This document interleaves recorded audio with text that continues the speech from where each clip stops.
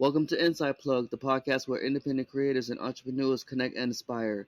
I'm Devon Jones, a military veteran turned filmmaker. I found my spark in the military and now I'm here to help you find yours.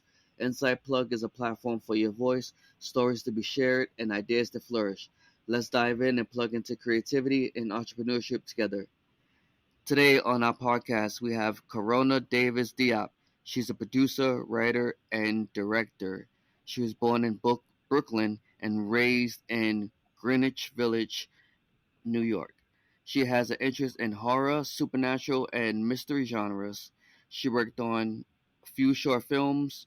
She's working on a feature film, and she also worked on a web series. Carona, welcome to the show. Hey, Devin, how you doing, man? I'm glad to be here. Thanks for the invite. Yeah, glad to have you on. So briefly how we met. So you have a podcast yourself called Black Filmmakers Matter, and you interviewed me, and me sharing my story on your platform was like the the greatest thing that a filmmaker, a creator, I'm a writer, can have, because to share your story, you understand how much it goes into creating a piece of content, and then putting that content out there, and then getting that content reviewed by others to keep you motivated to do another piece of content or even explore a different avenue. So your podcast helped me as well as other creators. Now I have this podcast, and I asked you to be a guest on this podcast, and now it's kind of like the tables are turned. So just curious, as a podcast host, have you ever been interviewed on other people's podcasts, or have like a podcast inspire you to start your podcast? I've never been. This is my first podcast interview. Nice. All So, right. um, we started Black Filmmakers Matter in October. So it's fairly a new baby. I'm a writer. I'm a filmmaker. I never thought in a million years I would be doing a podcast. But I love it. I love talking to people. I love networking. I love meeting new faces, getting new. I love this. So with the podcast, how so you started in October, and so how do you how do you go about navigating getting like the guests on your podcast? Like, um is it like certain type of filmmakers? Are they in like a certain genre? Are they um how do you and the filmmakers connect? A lot of research. The work is hard. So, um, the best way it would be two or more people on your team helping with that type of production. I have two podcasts. I have a magazine podcast and I have Black Filmmakers Matter. Now, the magazine podcast I run alone. Way different than Black Filmmakers Matter, who I run with another person.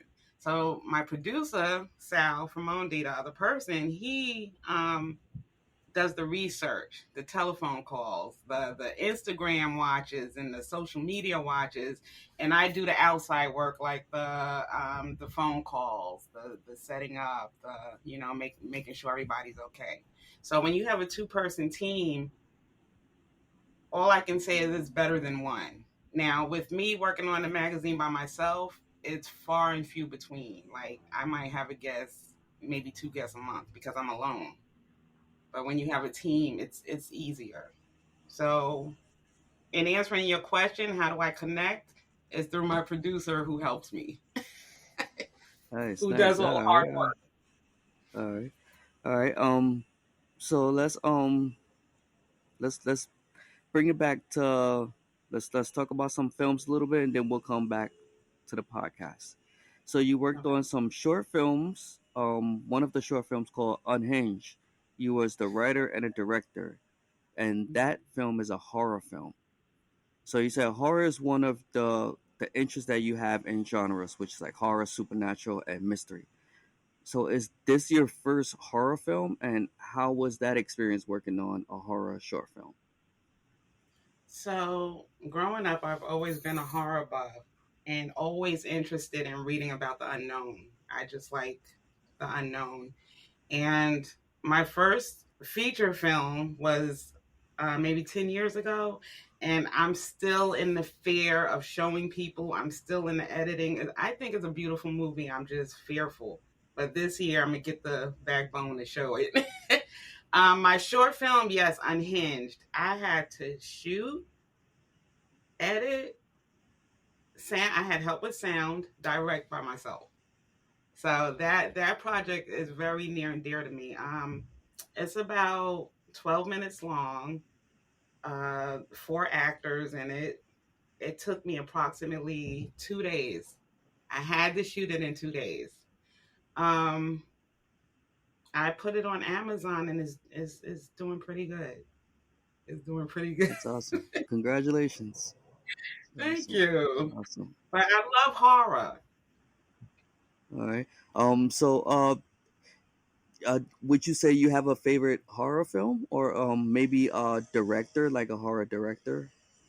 Heck yeah, horror film. Well, Stephen King is just my favorite horror person, writer, and I'm more into writing than movie directors. Unfortunately, I'm a writer.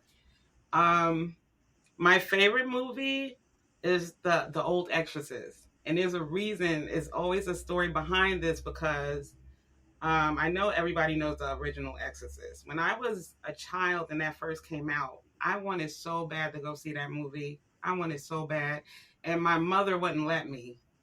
And I remember my father took me out one weekend and I tried to be slick. You know how we try to ask a parent one thing and they tell you no, so you try to ask the other parent.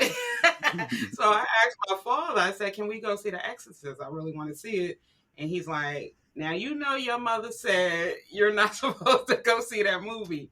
So growing up, soon as I was able to see that movie, I saw that movie. And that is my all time. I mean, unlike horror movies today, think about it. The Exorcist and horror movies in that time went into depth about where the evil came from. It wasn't just a monster out of nowhere, just a creature, an alien.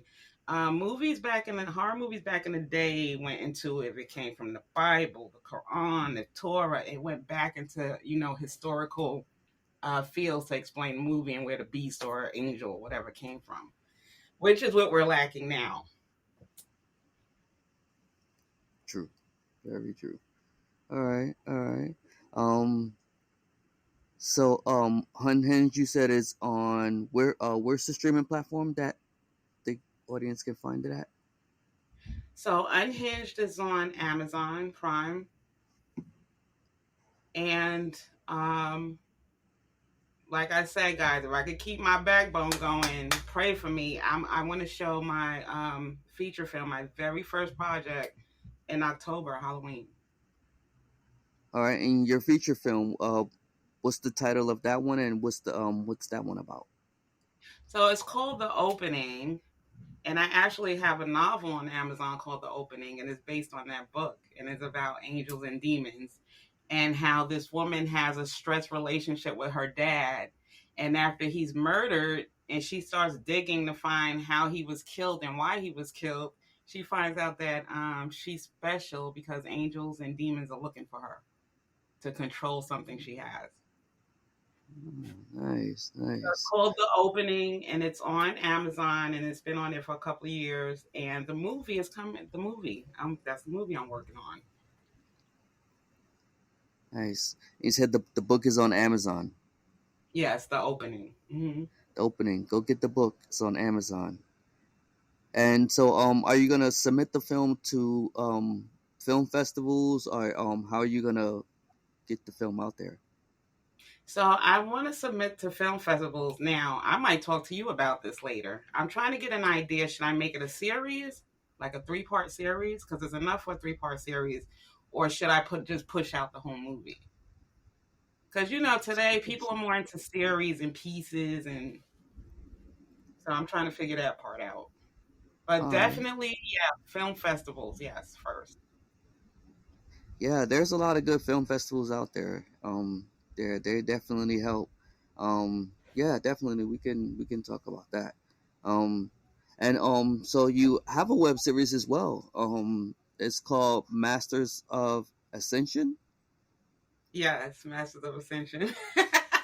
All my right. daughter, So yeah, my daughter was actually in that. She's never acted a day in her life, and this kid won 3 awards for that film. oh, wow, So nice. I got so busy. It's supposed to be a series, and I'm gonna go back into it. Right now, we have part 1. We're working on part 2, and yeah, it's probably gonna be like a 5-part series.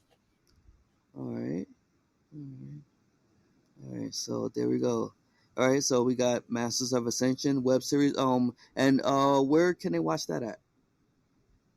On YouTube. All you got to YouTube. do is All type right. in my name, and my YouTube will come up.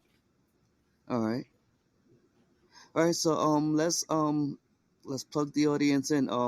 Where can they find more about your work and check out some of your films, and where can they be on the lookout for the new feature film? I am on IMDb, Instagram, Facebook, everything you can name, guys. I'm on there. www.coronadavisdiop.com, and that's for the A, guys. coronadavisdiop.com, and that's where all my work is. All right. Go check that out. Check her out. All right. So born in Brooklyn. Let's Are you currently still residing in New York, or are you out of state? And how often, if you're not in New York, how often do you go back to the Big Apple? I'm in New Jersey now. I actually moved to Atlanta in 2004. And I would say I've been back up north probably like 10 years, which is where I started filming and writing again. Um, New York City is not what it used to be. It's not. My family from Brooklyn, Bed-Stuy, do or die Bed-Stuy. And Mm-hmm. you go and it's so commercial, Devin. Oh my God. It's just commercial. Okay, so you remember Crooklyn, right? Mm-hmm. The movie Crooklyn. That's where me and my parents grew up in. People, the children running around the sprinklers, kids jumping double dutch, kids in the street riding bikes and playing skelly. We don't have that anymore. We don't. It's not there. So, as in visiting New York is few and in between because I barely recognize it anymore.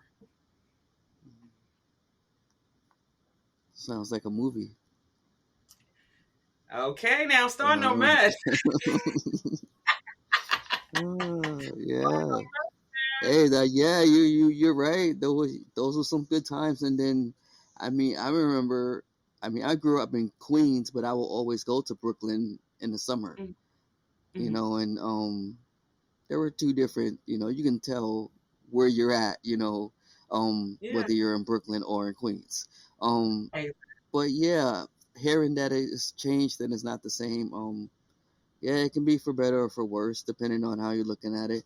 Um, but yeah, times are different, and we just wonder, what is it now that that is going on? That's not the tag in the building, or the monkey bars, or you know playing hopscotch, or climbing the trees, Mhm. or even going to the park. The parks used to be like a lot of people at the parks.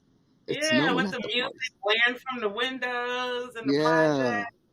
Yeah, that's Uh-huh. culture. You know what I'm saying? hmm So it's like, now what is the culture? Right, Is it just on right. is it just on the phones, or is it on the tablets? Yeah, I don't know. yeah. Where is it? Yeah, you're right. Yeah, interesting times. All right. Well, speaking of times from the past, let's talk about the future, filmmaking. Where do you see filmmaking in the next, 10 years, or even 5 years, 5 to 10 years? It's like, where do I want to see it or where do I see it? Well, Well, let's well both. see, Yeah. I want to see Hollywood Part 2. I want to see a new Hollywood. I want it broken down, smashed to bits, and rebuilt. More fair, more diversity, less gatekeeping, um, just fair so we can see everybody's story. Why can't we see everybody's story? Like, everybody has a good story, but we're limited to the same stories over and over again. And out of billions of people in this world, I know there's more, but we're being limited, and I don't like it. So I wish, even as filmmakers, I wish we would fight a little more, travel a little more to talk to more people, to let's shake some shit up. Mm-hmm. Let's build, let's rebuild, let's build our own. We don't have to knock down nothing. Let's go.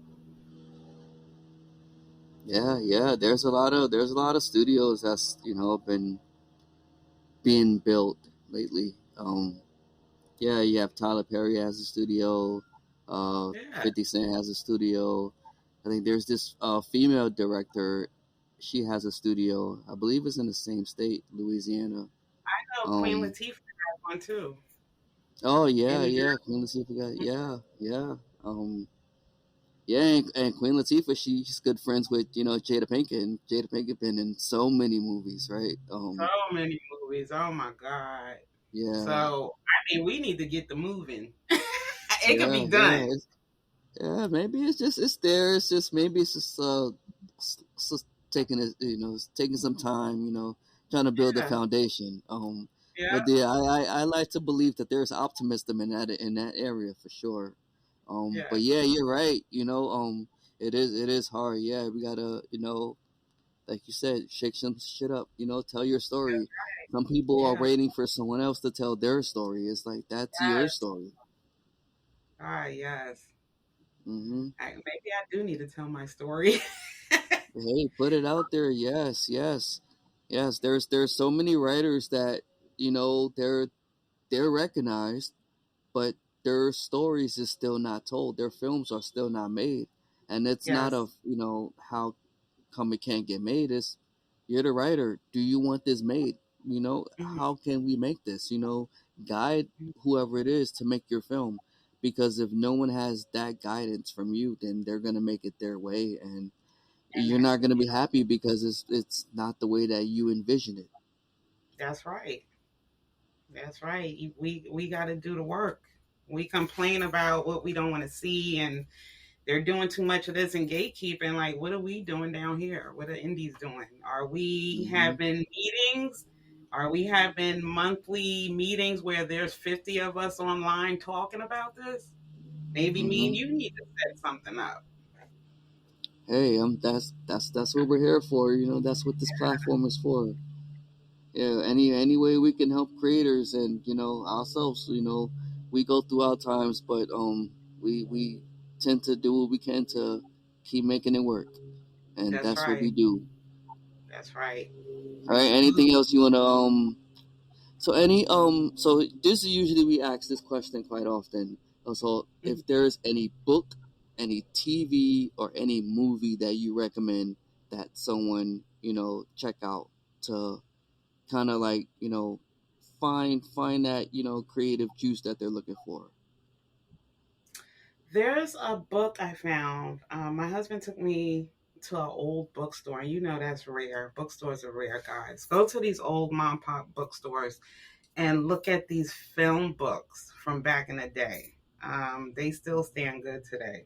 There's a book called Black Hollywood, and it's beautiful. And I don't remember who it's written by, but if you guys Google the book Black Hollywood, you would know that's the book I'm talking about. And it goes back to the day of like Harry Belafonte and the old actors. I ask that we do our research, that we learn from the Harry Belafontes and the Richard Pryors and the learn. We're not the first ones here. We have elders who have, you know, made a path for us. Do your research, network, ask questions. Don't be afraid. If you hear no, no is like the worst word, or you can't, use that as fuel. Use it as fire. Take it and put it in your gas tank, that no, and show them yes. I refuse to take Yes, no this yes. year. Mm. Oh, you're right. I'm actually glad I never read. I'm gonna check out that book as well. But the actors that you mentioned from that book and from that time period. So it was called. They was calling it black exploitation, where it was Okay. like around like the '70s, and the films where you had Foxy Brown. Yeah, Yeah. those so Shaft. Blackula. Yeah, yeah. So those films is I kind of find that interesting because like I was looking at the history myself around that period. That yes, there were a lot of black actors and black actresses getting films, but it seemed that they were making it because of what they I guess were thinking that I guess the the majority of the economy seen them as perceived them as to be, meaning that's not what they were. So Right. that's why I kind of was like, okay, we're exploiting ourselves to be something that we're not. But yet, to our community, we are pushing this stereotype that is not true. So E- it is Yeah, even blasphemy, now, but 2024. it was a lot of open opportunity. So it was kind of an interesting time. Um, do you can I get some of your input on like that time period, or and what you know about that? Yeah, Uh, because I grew up watching television. That's where, even though it was black exploitation, these people looked like me, and their stories I could, well, some of their stories I could gyrate with, and um,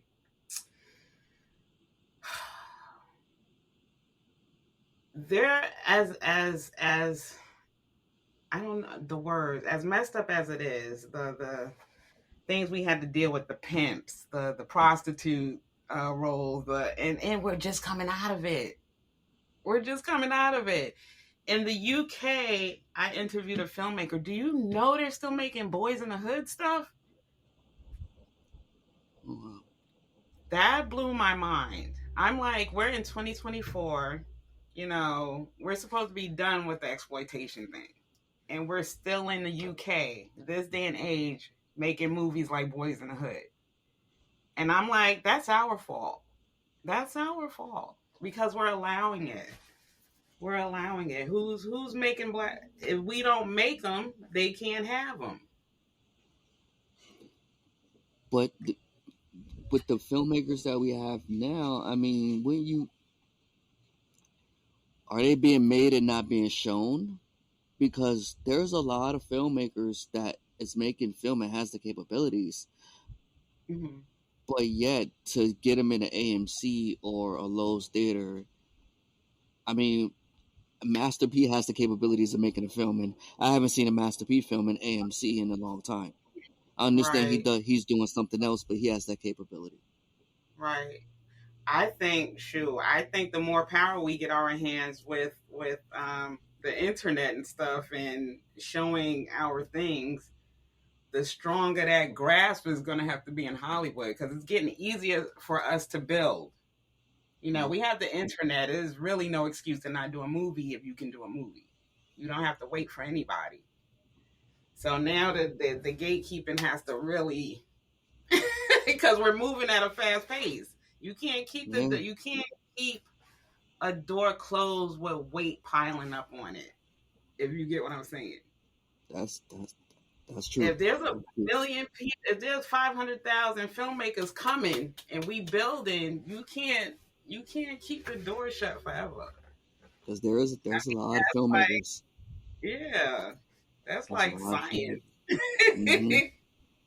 Mm-hmm. That door could push away but so much weight, And that's what I'm saying. Like together, we're so much weight, but we don't know how to click together instead of what do you call it? Either fighting each other or going against each other, challenging each other instead of coming together. Collaborating. Let's collaborate. That's it. All right. All right. Anything else you want to say to the audience before we sign off today? Um, it's been great. Thank you for having me. This is giving me something to think about. I like being. I'm used to asking the questions, so it's nice, having you. You gave me a chance to speak my mind. Thank you. Yeah, thank you. Thank you. Remember, you gave me the first podcast and that opportunity, lit a light bulb over here. So, hey, great minds think alike. And hey, if we can inspire each other, let's keep that going. Yeah, All would right. love to work on a short with you, man. Yeah, definitely. We will do that. All right. Thank you. All right. Thanks for tuning in to Inside Plug. We hope you enjoyed today's episode and found it inspiring. Remember, every journey begins with a single step, and every creator has a story worth sharing. If you love what you heard today, don't forget to subscribe, rate, and leave a review on insightplug.com. That's www.insightplug2gs.com. Your feedback helps us bring you more content. Until next time, keep creating. Devon Jones signing off. Stay inspired.